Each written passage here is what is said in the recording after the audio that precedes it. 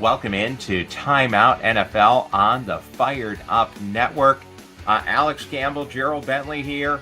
Thanks for watching us on TrueTVPlus, Sports.tv, WatchiTV, CarbonTV, and wherever you get the chance to stream the FiredUP Network or listen to it on 212 different podcast platforms. Glad to be with you as we have been for the whole season of the National Football League. We're down to Super Wild Card Weekend. And Alex, this is a big weekend, and I think one of the more balanced wild card weekends we've seen in this playoff format. Yeah, I mean, I couldn't agree more. And you look at the matchups, that are just all over the board here. I mean, I think every game holds some intrigue. You know what I mean? Every single matchup here in the wild card has some intrigue. You get another rematch of Steelers Ravens. And it's you got to like the Ravens in that one. The way the Steelers are playing right now, I think you got to like Lamar, and that in and of itself is its own kind of storyline. Can the Ravens and Lamar kind of get this, clear this hurdle that they have not been able to get over, and in multiple MVP seasons, and another one that, that is worthy of that level of, this year out of Lamar. Are they going to close that gap? And I'd say it's firmly in question. I don't think, Absolutely. There's a strong likelihood that they progress and get to the Super Bowl here. Now, precedent is not on Lamar Jackson's side, even though he had the best statistical season of anyone in NFL history to throw 40 touchdown passes with only 4 interceptions. Well, let's take the games in order, though. First, to go over the schedule. Saturday, you kick it off with the Los Angeles Chargers taking on the Houston Texans. The Texans are the home team. They're the favorite. Doesn't really seem like it, though. That is at Energy Stadium in Houston. The night game on Prime. The Pittsburgh Steelers back in their way into the playoffs. They take on the Baltimore Ravens for the third time in the season. Then Sunday, you get 3 games. The leadoff game, the Denver Broncos taking on the Buffalo Bills. That's at noon Central, 1 East on CBS. The afternoon game, the Green Bay Packers taking on the Philadelphia Eagles from Lincoln Financial Stadium. 3:30 Central, 4:30 Eastern. The night game, Sunday Night Football on NBC. This is a game that I'm really looking forward to. The Washington Commanders taking on the Tampa Bay Buccaneers. That's 7 o'clock Central, 8 o'clock East. And then Monday Night Football in a game that was just moved because of the horrific wildfires affecting Los Angeles. SoFi Stadium is an open-air stadium, just has a roof, but it's open on the sides. Just horrible devastation in Los Angeles. The game has been moved to State Farm Stadium in Glendale, Arizona. The Minnesota Vikings taking on the Los Angeles Rams. The Vikings are the wild card team. Let's start off, though, with the LA Chargers and Jim Harbaugh, off of winning the national championship at Michigan, turns around the Chargers. They are in the playoffs, and I think a lot of people's pick to be the upset of the weekend.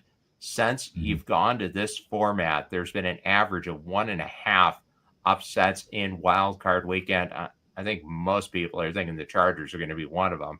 It almost doesn't even seem like an upset in terms of seeding. But Jim Harbaugh talking about their latest acquisition of Ezekiel Elliott. This is great. I really enjoyed this bite. Here it is. Competitors welcome at the Los Angeles Chargers. He's getting better, and better's welcome with the Chargers. Yeah. Then you got one more. No, this is great. One more on Ezekiel Elliott. Reporter asked if he was familiar with him. Yeah. Oh, like most people that watch football. Yeah. Very familiar. Very and played it. Yeah. Personally. Yeah. Got some bruises from days competing against Zeke. But yeah, it's great to see him, and he's here. I'll start having at it today. There you go. He's here. You do get some of that, though. When you get into the playoffs, you get reporters who don't cover the team normally, don't even cover the sport. So I'm sure that question was from one of those reporters. And no, Are you we just signed. We just yeah. signed this former All-Pro running back, guy who's going to be in the Cowboys Ring of Honor, and asked to be released so he could sign with the playoff team. No, we just grabbed him. Thought, I don't know, maybe he can play. Not very familiar with him at all. It's not like I coached. He has arch rival school for 9 years. Like I'm not familiar. Yeah. Mm-hmm. How do you feel about this game as we dial in on it? Yeah, I like the Chargers a lot here, because I think that they just play so good on defense. They're the top scoring defense in the NFL. Herbert, I think, can propel them. They're gonna just not really ask too much of him. I think you said, I think, the perfect comment, before we started here. Basically like a more skilled JJ McCarthy type role. I actually, there's not a lot of teams that I could really appreciate Elliott going to at this stage of his career. But the two I would highlight would be probably the Chargers and the Lions, because of their positions of need right now, with Montgomery out with Detroit. And the same thing here, that he's still a good goal line option. He was at least serviceable at that in Dallas, and that's all he was really featured as in his last few days there. Last few games that he played there. So yeah, I think and then with the Texans. You look at how much Stroud struggled when Nico Collins was out for the games he was out earlier this year. Sure. Collins is back, but now he's without Stephon Diggs and Tank Dell going into the playoffs. Yeah. I wouldn't bet in his favor here. No, and watching the game closely when they played the Chiefs, as soon as Tank Dell went out, that team seemed to just get deflated, and they haven't seemed to been able to inflate themselves back up. And talking about Justin Herbert, the talking point throughout the season, not just here, but everywhere in football media, is that, well, hey, they're not utilizing him. He's not throwing the ball much. He's being limited. They're really playing ball control, game manager. Well, he's been a pretty damn good game manager this year. If you take a look at his stats belie a little bit of that. 3,870 yards in the air, 23 touchdown passes, 3 interceptions, only 3 interceptions all year, when historically the thing that was really dogging Herbert was the bad decisions, the inexplicable bad decisions towards the end of the game and the interceptions. He's basically eliminated those. And then if you look on the other side, CJ Stroud, I think if you just ask people at random, hey, who had more passing yards, CJ Stroud or Justin Herbert, people would say Stroud, and they'd be wrong. He only threw for 37. It's close, 3,727 yards, less touchdowns, 20 touchdowns, and way more interceptions with 12. So in the battle of quarterbacks, Herbert, even while playing a smaller role, was a clear and decisive winner. Yeah, I think some of the smaller role doesn't just come down to the scheme. A lot of it is because they are so good on defense. And I think you can look at previous to Harbaugh being there, the struggles Herbert had. Harbaugh. Wow, I just coined a great phrase there. They're kind of thinking together, right? Yeah, exactly. But that Herbert had. Basically, I think you could put a lot of them on bad situations that I'm calling the defenses, put them in, you know what I mean? Because the defense was completely underwhelming, especially when you consider the amount of talent that they had in the last few years on defense. Harbaugh has the defense playing so much better. Mentor has the defense playing so much better. And I think that is a huge, they're just not having to ask him. And by the way, any team would take that. Again, they're the number 1 scoring defense in the NFL. They're the number 20 offense in the NFL. But when you have the number 1 scoring defense, it doesn't matter. You can be the 20th ranked. Defense wins championships. An old thing. And this is a team. The saving grace, and I think it's obvious, but it's something that not a lot of people say out loud. Is Herbert? Is the fact that you have a team that wins on the margins like this, but it has a great quarterback in their back pocket that if they need to unleash and have a Joe Burrow-like game, he's absolutely capable of delivering that. That is frankly, probably part of what sold Jim Harbaugh on the job. Oh, sure. I mean, if you have the quarterback, you're a long way of the way to solving the problem. And then you add in Bosa and Mack on the defensive line. So you have a lot of the foundational pieces. Justin Herbert talked this week, too, about what it's been like playing for Jim Harbaugh. Yeah, that's a tough question to answer. You know, there's been so many things and just so much experience, and you know, whether it's football or it's off the field. You know, I think one of the most things that I appreciate about him the most is just how genuine and authentic he is. He's himself, you know, 124 hours out of the day, and he does such a great job with that. And you know, that's something that the guys really respect about him.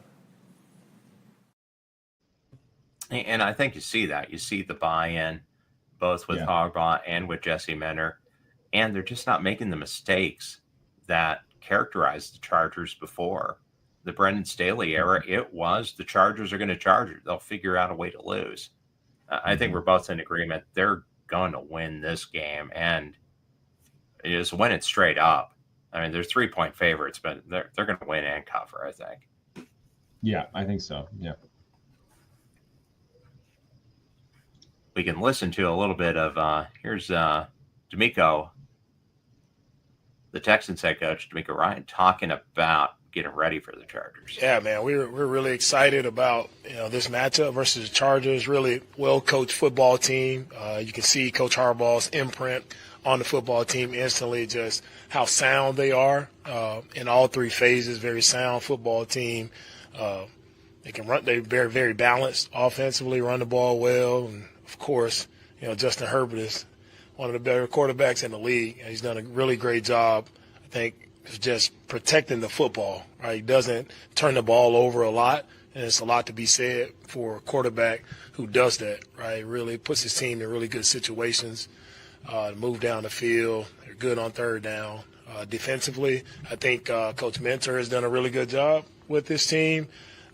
Just eliminating the deep pass, they do a really good job of playing the shell coverages, mixing the coverages up. And this week we got to find number 3, Derwin James. He's all over the place. You talk about blitzing, safety, nickel, whatever DB position you want to call it. Like Derwin is playing lights out. He's an impact player. We have to have awareness for where he is at all times. Their edge rusher is also a good player. He's been doing it for a long time. Mack and Bosa, really good tandem there on the edge. So, we have our hands full, as should be, in a playoff matchup, but we're excited to go against a really good football team. Just me. Did that sound like we're excited to play these guys? That sounded like, hey, I've already got my bags packed, man. We're done.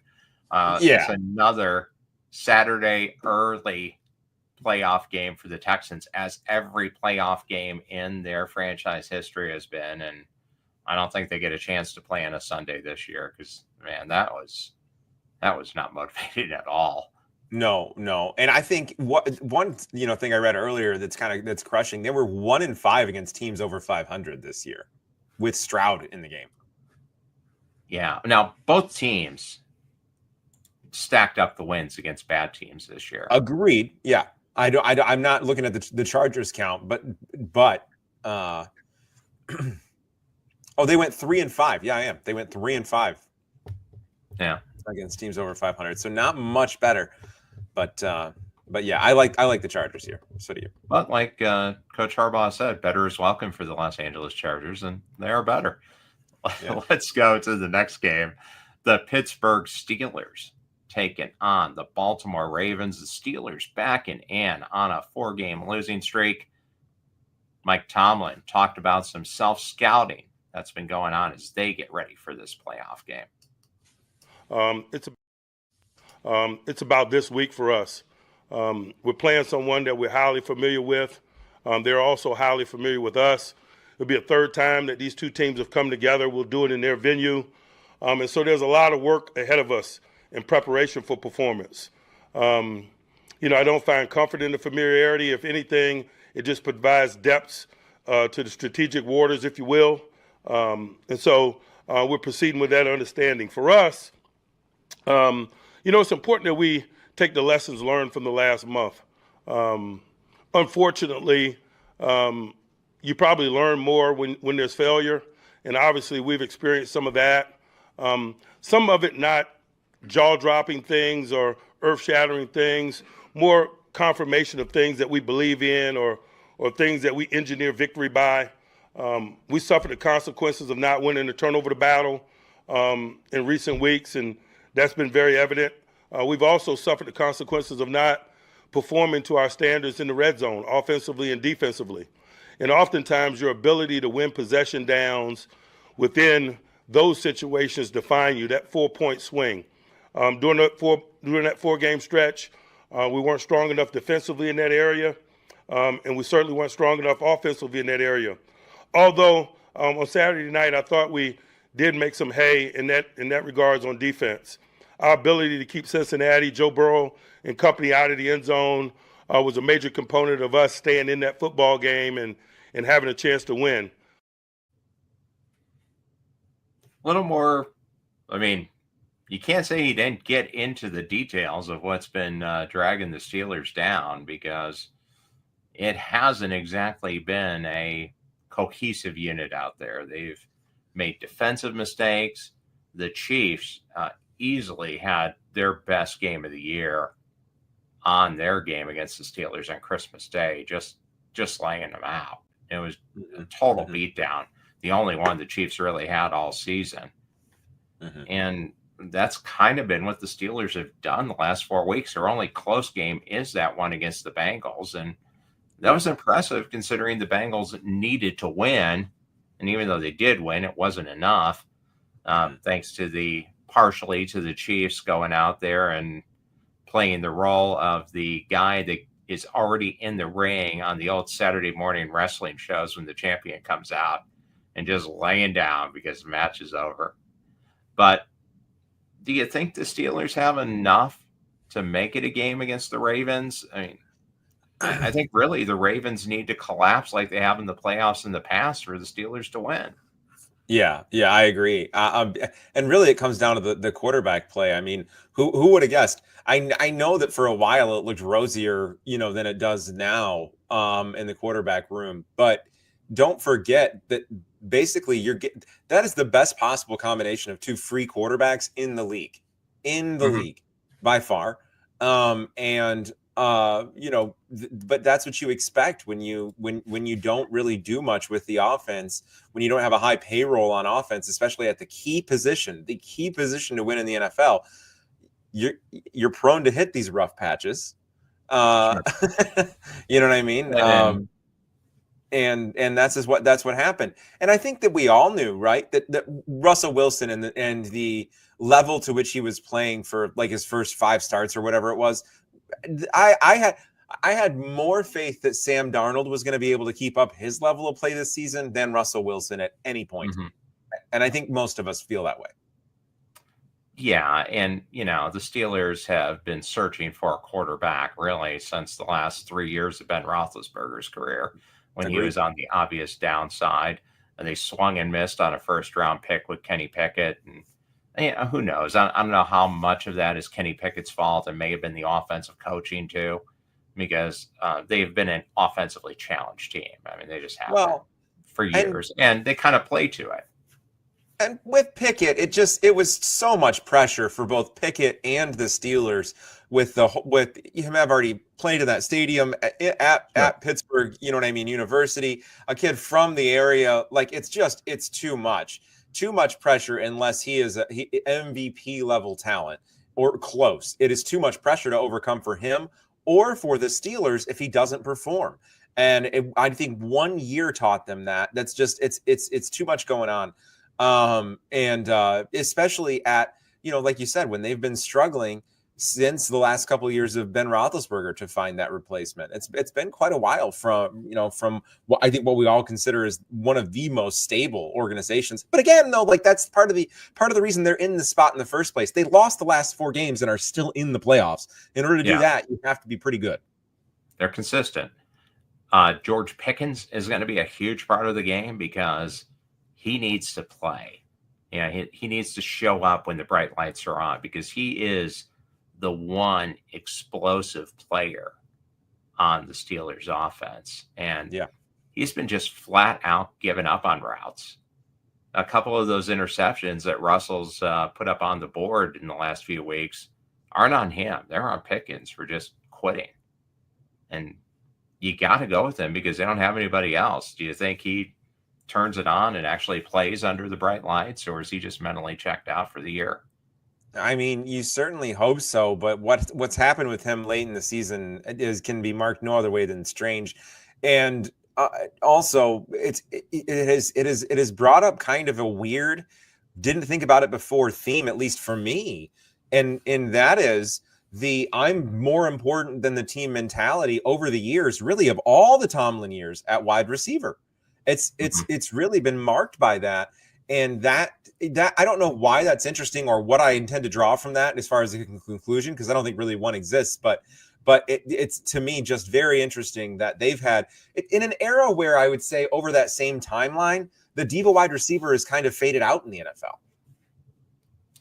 Well, they kind of sought him out because he was a guy who was off of a lot of teams' draft boards when they took him, because the stuff he's doing now is the same stuff he did in college.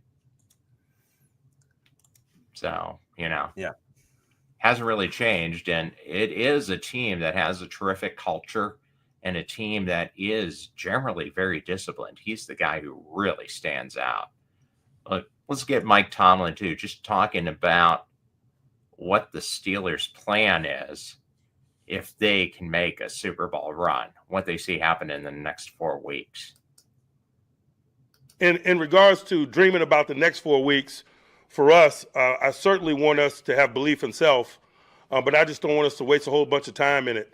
The next four weeks will be defined by a string of nouns, our ability to focus on task at hand, to win moments, to prepare with an edge, to be hyper and singularly focused. And so that's what our intentions will be as we lock in on this week's prep. Oh, it would be a dream. That's true. Right now, analytics have them only winning 27.8% of the time against the Ravens, and they're a 9.5-point dog. Sounds about right. I mean, the team I saw play the Chiefs, the Ravens should run them off the field. They should.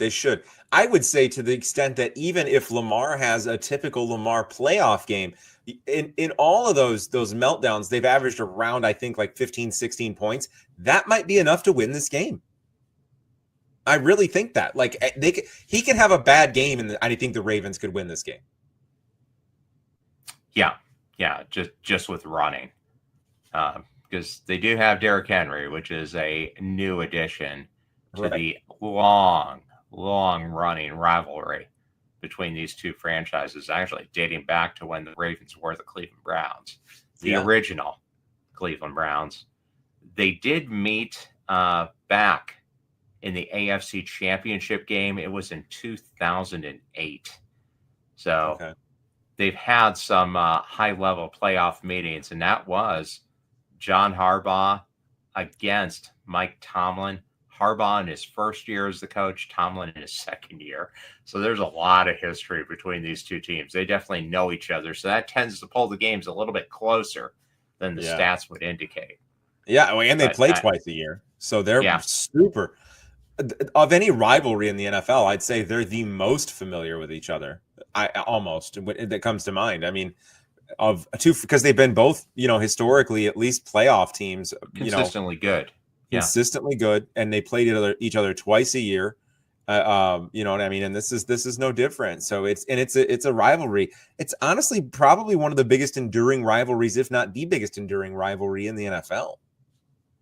Yeah, of consistently good teams, because under John Harbaugh and Mike Tomlin, both of those teams have been consistent winners and playoff factors every single year. A team that's back in the playoffs for the first time in a long time, the Denver Broncos, fresh off of a 38-0 beatdown against 5 Chiefs starters and 17 guys. They get to travel to Highmark Stadium in Buffalo to take on the Bills, the early game on Sunday. Josh Allen said it's important to keep focused. Yeah, I mean, I think we're just taking it. You got to put one foot in front of the other. It's a team that came in here last year and they beat us. We know that. We understand that. It's a very good team. They're well coached. Their defensive line is one of the best in the league. They got a couple guys outside that can absolutely go. Obviously, look at Surtain, one of the best corners in the game. We're going to have our hands full. So, again, we're just trying to put one foot in front of the other, take it day by day, and have a good week of practice, and then try to go out there and execute on Sunday. Good point. Benito, the defensive end, and Patrick Surtain Jr., two terrific defensive players who have definitely separated themselves. And the Broncos back in the playoffs for the first time in 9 years. This does seem like a Bills team that's destined to make a run. It's been a team that, has talked about the Super Bowl for years and hasn't gotten there. They are 8-point favorites against the Denver Broncos, who have looked good. And Bo Nix has looked like a really good quarterback. He's doing basically what he did at Oregon. 3,775 yards in the air, 29 touchdowns, 12 interceptions, but most of those interceptions came during the first 2 weeks. He's been a very consistent, solid quarterback since then. Yeah. Do you think Denver could pull an upset here? No. No? Yeah. I was like, No, I don't. Josh Allen's just too good. He's too good, and he's at his peak powers right now. I think that him and McDermott and the entire franchise feels like they're a freight train that can't be stopped, and this is their moment. They've got to feel that way, that this is their moment, and they're going to hit it. That they're at home. You know what I mean? They're the best team certainly in the conference that's playing in this wild card weekend, I think. You know what I mean? So, and I'm sure they feel that way. So yeah, and they've been able to run the ball pretty consistently this year, which is the thing that I've said forever about the Bills. If they could just run the ball and Josh Allen and here we go. They're over like 120 yards a game rushing, you know what I mean? And now they're doing great. I like the Bills a lot, and I think they're going to win this game pretty easily. Yeah, I would agree. I don't think this is Denver's year, but I think Denver is going to be a consistently good team for a while. Sean Payton's a good coach, and he's got a quarterback who maybe not a superstar, but good enough to run a version of the offense that they were able to run with Drew Brees, and that got a Super Bowl championship. So I think there'll be a factor for years. And with the defense with as much or more talent than that Saints defense did when they were, that's really when they won the Super Bowl. It wasn't necessarily when Drew was playing his best, although it was, it was in those peak years, but it was when the defense was playing its best with Drew's arm, with his ability on offense to mix those two things together.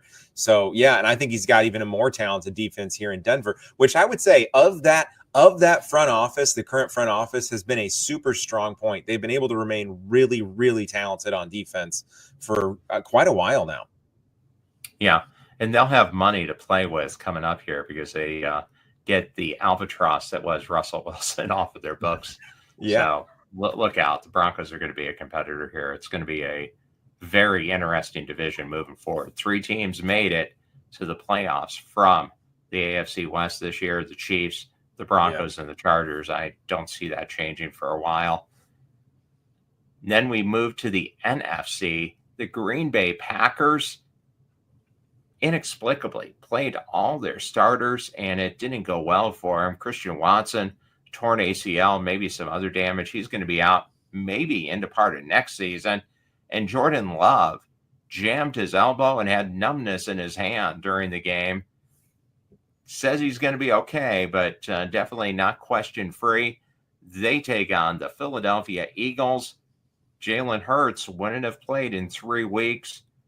Nick Sirianni was asked by the friendly Philadelphia media, do you think there's any risk of him being rusty? I think I answered this, to somebody, I can't remember who, earlier this week. This is why you practice. This is why you go through the process of practicing and all the things that you do at practice to get on the same page, to do everything there. We feel like we practice at a very high intensity level. This is why you go out there and do those things. That's a Nick Sirianni press conference. He doesn't want to be there, sits there with his hoodie on, his hat pulled down, and just kind of stares into space. You could tell he's a disciple of former Kansas City Chiefs head coach Todd Haley. We've come a long way since day one with Sirianni. Yeah. Yeah. You wonder why they always talk about him being on the hot seat and maybe getting fired despite winning 70% of the games in the 3 years he's been a head coach. That's why. But yeah. I think they got this one, though. The Packers, good, but not championship level good yet. I think they were the distant third of the teams from the NFC North that made the playoffs. They're 4.5-point dogs on the road in Philadelphia. I don't see this even being terribly close. I think Saquon Barkley, well rested, he's going to be able to carry the load. And I agree with Nick Sirianni. I think Jalen Hurts will be just fine. Yeah, Hurts will be fine. He's he's the best conditioned quarterback, I think, in the NFL. And that kind of time in the gym helps you recover faster.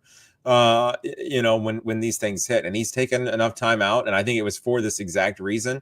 And they've got a running game now with Barkley that's dynamic. I think that the Eagles are the superior team here. The Packers, though, I know that was a rough performance last week, but they can offer some fight in this game. And I think this is the one that I would highlight that I could see being an upset. Now, they went 11-6 this year. That means that they were like 10-2 against the rest of the NFL outside the division, because they lost 4 to the Vikings and Lions. So they were pretty good against non-division opponents this year, like one of the best teams against non-division opponents this year. So I could see them making a game of it.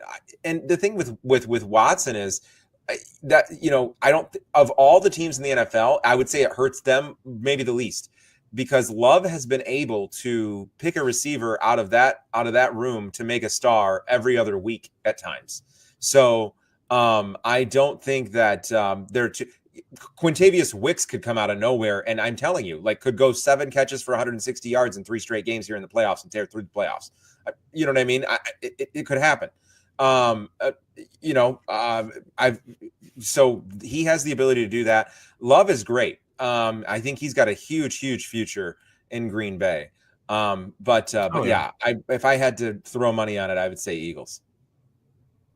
And they do have a good offensive coach in LaFleur. They do. So, yeah, there's definitely a chance. I mean, it should be a good game.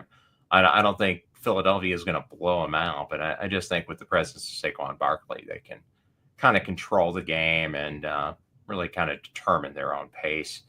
Yeah. The night game, you get a team that easily has the NFL offensive rookie of the year, probably just the NFL rookie of the year, Jalen Daniels. And they take on a pesky, high-powered offense in the Tampa Bay Buccaneers. And talk about a quarterback who made multiple receivers look good. Baker Mayfield talking with the media about going through the struggles with injuries to both of his star receivers early in the year. That moment, it's obviously losing those two guys sucks. Losing the game, not great. But, you take some time after that, realize that got to instill confidence in the other guys, get them ready to roll and go from there. And that's, I keep saying this team's mentally tough, and that's the truth. And so next guy up mentality and plug and play and try and find a way to win. What about for you? And, I mean, that's what they did. Now, they haven't been a dominating team by any means. I mean, heck, they lost a game to the Cardinals towards the end where they could have clinched the division without having to go to the last week. But they did win the division. They're 10-7, 5-4 at home. The Commanders, 12-5, 5-3 on the road. I mean, I think the Commanders are the surprise being here this quick. Dan Quinn's done a tremendous job and really deserves serious consideration for Coach of the Year. Mm-hmm. Daniels, tremendous rookie year. He also broke the rookie record for rushing by a quarterback, broke RG3's record. The Commanders, though, 3-point dogs on the road. Do Do you see Baker getting it done, or do you think the Commanders can continue their march? Yeah, I like Baker and the Buccaneers here. I think the experience pays off for Baker in the end. This is a big spot. And he is every bit a gamer as much as any quarterback here in the playoffs. I just I just think he's been able to play great. The receiving core there has been able to play great. The defense, especially when Vita Vea's been healthy, has been able to play pretty well. But I like where they're at versus having the rookie quarterback still, even considering how good Daniels has been this year. Because this is a different beast, and it being in the playoffs, it just is. We've seen so many rookie quarterbacks come in, especially when they were the focal point. It's one thing when you get like a young, like really young, like Tom Brady or Ben Roethlisberger that wins, in the playoffs, in their career. You notice one thing in both those teams is they had legendary defenses. This team does not. And I don't think that there's going to be a moment where he makes a rookie mistake here. I truly believe that, because even though we haven't seen it already, all of history has to come true at some point. Well, and if you just slow him down, you win. He's their driving force. Not only is the quarterback, but he's the leading rusher on the team. Right. And they don't run it much. He's the leading rusher with 891 yards, whereas for Tampa Bay, they use 3 different running backs, and Bucky Irving has 1,122 yards. So, it's a very divergent philosophy. He is the man. Baker Mayfield, probably not getting the attention he deserves. 4,500 yards in the air this year, 41 touchdowns. He is a little bit more of the gunslinger, though, 16 interceptions. So Tampa Bay is prone to some turnovers. They are, because he's more of a gunslinger. You said it. Well, and I would, something we talk about, you and I do a lot in college football. I think is true here too.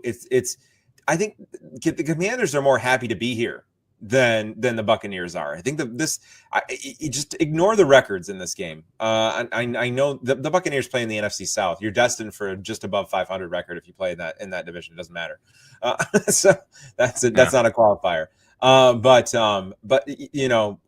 I think the Buccaneers and Baker, where he is in his career, and even Bowles, you know what I mean? And really what he's gone through in his career, how much more it would mean to all those people. Dan Quinn, like you said, is probably coach of the year either way. So, you know what I mean? Yeah, so, and probably should feel it like that either way.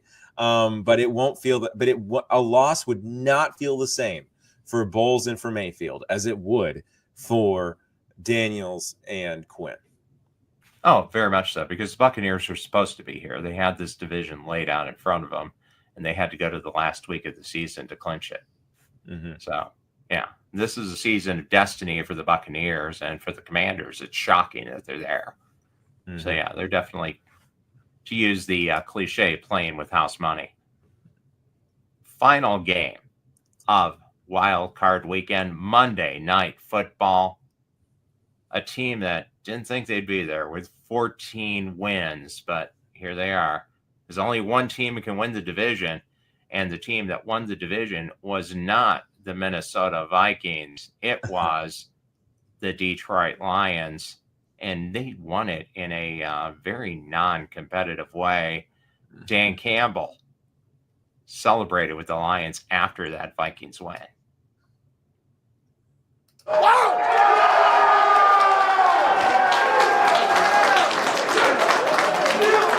You guys look like you remember who the you are. Yeah, that was awesome. That's a hell of a win, guys. All I can think about is, man, we've been forced in this stuff now. This has been 3 years in the making. Some of it 4. That just doesn't happen. You got to work through it, grind through it, and go through the downs to get to the ups of where we're at. That was unbelievable, man. Division winners, back-to-back seasons, and the #1 seed. So now that's the winning locker room. The Vikings had to talk about Sam Darnold. Is his Cinderella story over? Did he turn back into a pumpkin? Kevin O'Connell talked about Sam Darnold's struggles in the game because, like I said, it wasn't competitive. They lost 31-0. Particularly chances maybe to put 7 on the board. And listen, he's hit a lot of those all season long, and not one of those plays did I call, and the outcome of that play change my mentality for Sam the rest of the day. I always believe he's going to hit the next one, and I got to do a better job, giving him some other opportunities maybe. And clearly they had it was a physical game on the outside. There was a lot of challenging guys coming up and playing man to man, and like I said, it was a physical game and required some pretty detailed and pitching and catching, and also execution of our offense against certain looks, and we just seemed to be a play away for much of the day. And against a team like that, you're hoping to get 7 a few of those times to try to give yourself a real chance to win it in the end. And that was the thing that killed them. Their goal line offense was just horrible. It seemed like they were constantly down at the goal line, and they may have played Aaron Glenn, the Lions defensive coordinator, into a head coaching job, as he's going to do 5 interviews this week while the Lions are on the bye. The Rams, talking about teams that kind of backed into it. I mean, they did, but the Vikings weren't supposed to be there. Right. Now, if Dan Quinn doesn't get Coach of the Year, Kevin O'Connell should. The Vikings are road favorites by 2.5 points. It's going to be at a neutral site, but honestly, the Rams don't have a home field advantage anyway, so it really doesn't matter that much playing at State Farm Stadium in Glendale because, like we mentioned, all the wildfires affecting Los Angeles Metro. Right. I would think just on paper, the Vikings should crush them and roll. But that game was just so deflating and such a turnaround from being the number 1 seed with the bye to going on the road and now going on the road a second time. I think the Rams win it. Yeah. It's like when you get your car fixed, and it was running really rough, and you got it fixed, and now it's running fine. When it has the same misfire again, a few miles down the road, it hits you harder. And that to me was Darnold's game. It was like everything that fan base was concerned about happening at some point this season all happened in the most important game of the season. You know what I mean? Of the most important game the Vikings have had in a long, long time. You know what I mean? The absolute wrong moment. And now the question has to be, are we going to see, which Darnold are we going to see? And the Rams are the team that you and I have both said are the team that nobody in the NFC is going to want to play in the playoffs. With a healthy Stafford who's just dealing right now. I mean, they've basically been able to.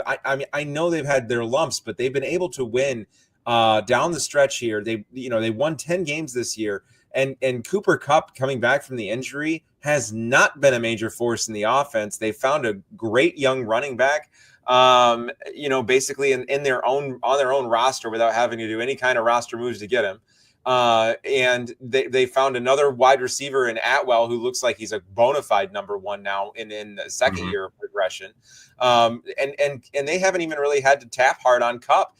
You got to look at, I think, the head coach and the quarterback in every one of the playoff matchups. And I tell you, there's not too many that I don't like Kevin O'Connell and Sam Darnold in, but this is one of them. Yeah. And the Rams defense has been a tremendous surprise. Aaron Donald retires. You think, hey, man, it's the most dominant interior lineman in football. That's going to hurt. But if you take a look at the last 3 games where they tried, because they rested pretty much everybody last week, Jimmy Garoppolo, if you're wondering where did Jimmy Garoppolo go, he's the backup quarterback for the Rams. He played. They lost to the Seahawks in a game that was meaningless for the Rams, but meant $6 million for Geno. So the Seahawks lit it up 30-25 against the Rams backups. The Rams starters, when they were really trying against the Niners, win 12-6. Against the Jets, 19-9, and against the Arizona Cardinals, a good offensive team with Kyler Murray having a good year, they win 13-9. So they can play the defense too. I think this just sets up, like I said, the average is 1.5 upsets a year. I think this is one of them. I think the Chargers win, and I think the Rams win. And I also think, and I'll add this, that the fires help the Rams here. That has the ability to really rally the troops. You know what I mean? Emotionally. Oh, sure. They've really got something to play for. And we saw this with New Orleans and Katrina, where that team played above its talent level, basically. And the Rams have done that a lot this season already. Like they've shown that they're actually good at playing above their talent level on both sides of the ball. And so you know what I mean? Like I think this is a crazy moment, especially to be at home here in the first wild card game, even though it's not in LA. Like you said, that's not much of a home game anyway. It's not in Minnesota, and I think that is a huge advantage for the Rams. Absolutely.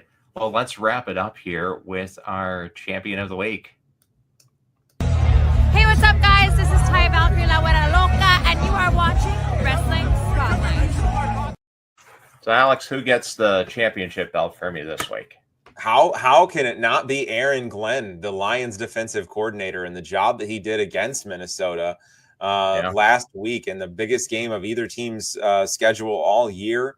Played absolute just lockdown defense for 4 quarters with a defensive unit that has been maligned by injury this year in a way that would cripple most teams. That was far and away their best game on defense all season. Absolutely. And conversely to what I said about Darnold, in a time they needed it most. Yeah, 17 starters on the injured reserve list throughout the year, an amazing amount. Because here, put it in perspective, the Chiefs rested 17. Now, granted, it was all in 1 week, but they put 17 starters on the bench against the Broncos. They got rolled 38-0. That's an amazing accomplishment. I'm going to go with a guy that we've kind of been focusing in on all year here on Timeout, because I thought this was the championship quote of the week with all of the different press conferences. Chargers head coach Jim Harbaugh. Yeah, great. I mean, it just hits you. We're here, football wise, we're alive, and want to stay alive. Just keep at it, raise my right hand and promise to keep at it. There you go. And on that cue from Jim Harbaugh, we promise to keep at it. We'll be back here next week for the divisional round. Thanks for watching here on Timeout on the FiredUP Network. Download that TrueTVPlus app. Tune in and see us on sports.tv. And Alex, you got a little basketball coverage going on FiredUP Network now too, don't you? Yeah, and the crossover once a week. So, looking forward to that, covering the NBA the rest of the season. Right down the home stretch here, leading to the playoffs. Really excited about that. College basketball here soon, too. And Campus Bets have decided that I'm going to move forward with some college basketball bets now that the NCAA season. Man, I let the followers down tonight. I gotta say, with this Penn State game, that wasn't great. But we're gonna continue Campus Bets on YouTube with the college basketball here coming up in a couple weeks. Fair enough, and we'll also be back to preview that college football championship game. Talk about that next week. Stay tuned to the FiredUP Network for more sports and entertainment. Have a great week.